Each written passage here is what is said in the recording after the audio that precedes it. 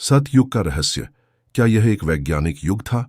एक युग, एक ऐसा युग जब न कोई बीमारी थी, न बुढ़ापा, न मृत्यु का भय, जब मनुष्य सैकड़ों वर्ष तक जीवित रहते थे, जब पृथ्वी पर सोने के महल थे, जब आकाश में विमान उड़ते थे, जब मनुष्य बिना बोले बात कर सकते थे, जब जानवर और मनुष्य एक दूसरे को समझते थे। कहते हैं यह युग सतयुग था, जब सत्य स्वयं प्रकट था, जब चेतना स्वतः प्रकाशमान थी, जब मनुष्य देवता थे। क्या यह सिर्फ कथा है, या फिर यह एक ऐसा वैज्ञानिक युग था जिसे हमारे पूर्वजों ने अपने दिव्य ज्ञान से देख लिया था?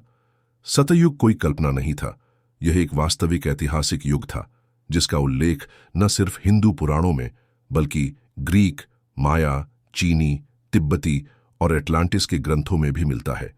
ग्रीक दार्शनिक हेसियड ने इसे गोल्डन एज कहा, माया ने इसे युग ऑफ लाइट कहा, चीनी ग्रंथों में इसे शांति का युग कहा गया। यह संयोग नहीं है, यह संकेत है कि सतयुग एक वैश्विक सभ्यता थी जिसे पूरी मानवता ने अनुभव किया था। क्या आप तैयार हैं उस सत्य को देखने के लिए जहां मनुष्य देवता थे? क्योंकि सतयुग कोई कल्पना नहीं था बल्कि एक अनुभूति थी, और वह अनुभूति आज भी जीवित है उन सभी के भीतर जो अपने भीतर की चेतना को पहचानने का साहस रखते हैं। पुराणों में कहा गया है कि सतयुग में मनुष्यों की आयु 100,000 वर्ष तक थी। वे बिना बीमारी के जीवित रहते थे। उनके शरीर में प्रकाश से ऊर्जा मिलती थी, जैसे पौधे प्रकाश संश्लेषण से जीवित रहते हैं। यह वर्णन हेलियोट्रॉफिक बीइंग्स से मिलता है, जिनका अध्ययन आज वैज्ञानिक कर रहे हैं। क्या यह संभव है कि मनुष्य एक ऐसे युग में जीवित थे जब उनके शरीर प्रकाश से ऊर्जा लेते थे? कहते हैं सतयुग में मनुष्यों के शरीर से प्रकाश निकलता था, उनके आसपास एक ऊर्जा का घेरा बना रहता था। आधुनिक विज्ञान इसे बायोफोटॉन्स कहता है, जीवित कोशिकाओं से निकलने वाला प्रकाश। कुछ योगियों में आज भी यह घटना देखी गई है। क्या यह संभव है कि सतयुग में सभी मनुष्य इतने शुद्ध थे कि उनके शरीर से प्रकाश निकलता था? सतयुग में मनुष्यों के बीच टेलीपैथी थी, वे बिना बोले बात कर सकते थे, उनकी चेतना एक दूसरे से जुड़ी रहती थी। यह वर्णन क्वांटम एंटेंगलमेंट से मिलता है, जहां दो कण एक दूसरे से जुड़े रहते हैं, चाहे वे कितने भी दूर हों। क्या यह संभव है कि मनुष्यों की चेतना एक क्वांटम नेटवर्क की तरह जुड़ी थी? कहते हैं सतयुग में पृथ्वी का चुंबकीय क्षेत्र अलग था, गुरुत्वाकर्षण कम था, इसलिए मनुष्य और जानवर बहुत बड़े आकार के थे। आज फॉसिल्स में 15 फीट लंबे मनुष्य, 100 फीट लंबे सांप, 50 फीट लंबे डायनासोर मिले हैं। क्या यह संभव है कि गुरुत्वाकर्षण कम होने के कारण ऐसे विशाल जीव जीवित रह सकते थे? सतयुग में विमान उड़ते थे, न सिर्फ मानव निर्मित बल्कि देवताओं के विमान भी। पुराणों में पुष्पक विमान, विमान शास्त्र और मेघनाद के विमान का वर्णन है। यह वर्णन एंटी ग्रेविटी टेक्नोलॉजी से मिलता है, जिस पर आज अमेरिका और चीन गुप्त रूप से काम कर रहे हैं। क्या यह संभव है कि सतयुग में एक ऐसी ऊर्जा तकनीक थी जो गुरुत्वाकर्षण को नियंत्रित करती थी? कहते हैं सतयुग में पृथ्वी के भीतर ऊर्जा लाइनें, ले लाइन्स सक्रिय थीं। जहां भी ये लाइनें मिलती थीं, वहां ऊर्जा के केंद्र बने हुए थे। आज भी ऐसे स्थान हैं जैसे कैलाश पर्वत, गीजा पिरामिड, माचू पिच्चू, जहां ऊर्जा का अनुभव होता है। क्या यह संभव है कि सतयुग में पूरी पृथ्वी एक जीवित ऊर्जा प्रणाली थी? सतयुग में मनुष्यों के डीएनए में 12 डबल हेलिक्स थे। आज हमारे डीएनए में केवल 2 हैं, बाकी 10 जंक डीएनए माने जाते हैं। लेकिन कुछ वैज्ञानिक मानते हैं कि ये 10 डबल हेलिक्स एक्टिवेट होने के लिए तैयार हैं। क्या यह संभव है कि सतयुग में मनुष्य के डीएनए पूरी तरह एक्टिव थे और अब वे सो गए हैं? कहते हैं सतयुग में मनुष्यों के शरीर में कुंडलिनी ऊर्जा स्वतः जागृत रहती थी, इसलिए वे अणिमा, महिमा, गरिमा, लघिमा जैसी सिद्धियां रखते थे। वे छोटे हो सकते थे, बड़े हो सकते थे, भारहीन हो सकते थे। यह वर्णन क्वांटम फिजिक्स और एंटी ग्रेविटी टेक्नोलॉजी से मिलता है।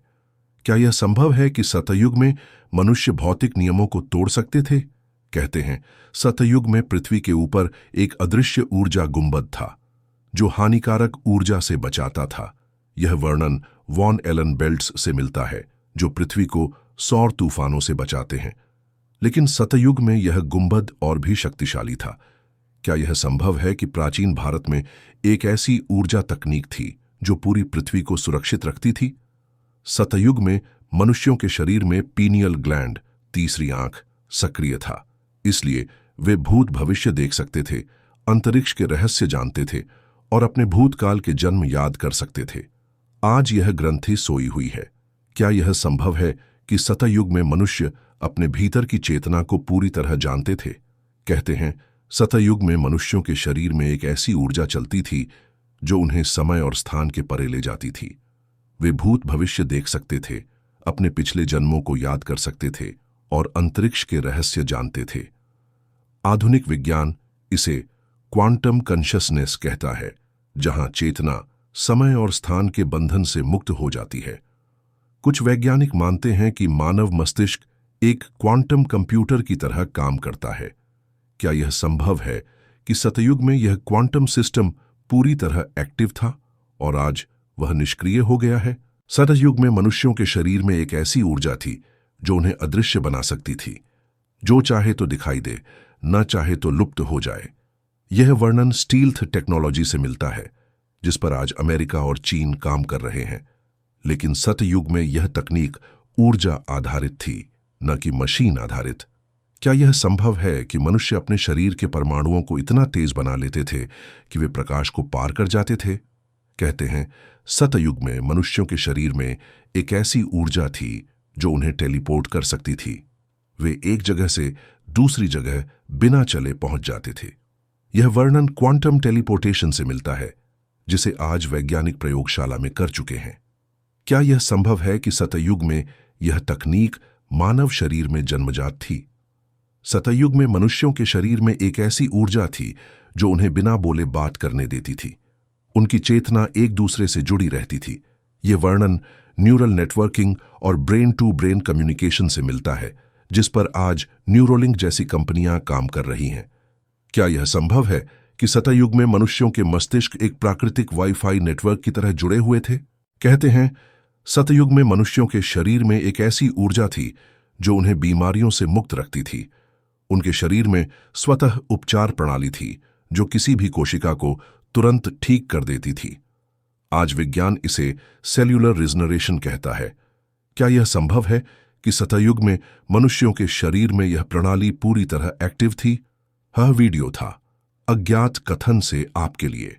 अगर यह वीडियो आपको पसंद आया तो लाइक जरूर करें, चैनल को सब्सक्राइब करें और घंटी का बटन दबाएं ताकि आप ऐसे गहन रहस्यों से जुड़े रहें। कमेंट में बताएं, क्या आप मानते हैं कि सतयुग एक वैज्ञानिक युग था? और अगर आप चाहते हैं कि अगला वीडियो हो कैलाश पर्वत का रहस्य, तो कमेंट में लिखें कैलाश।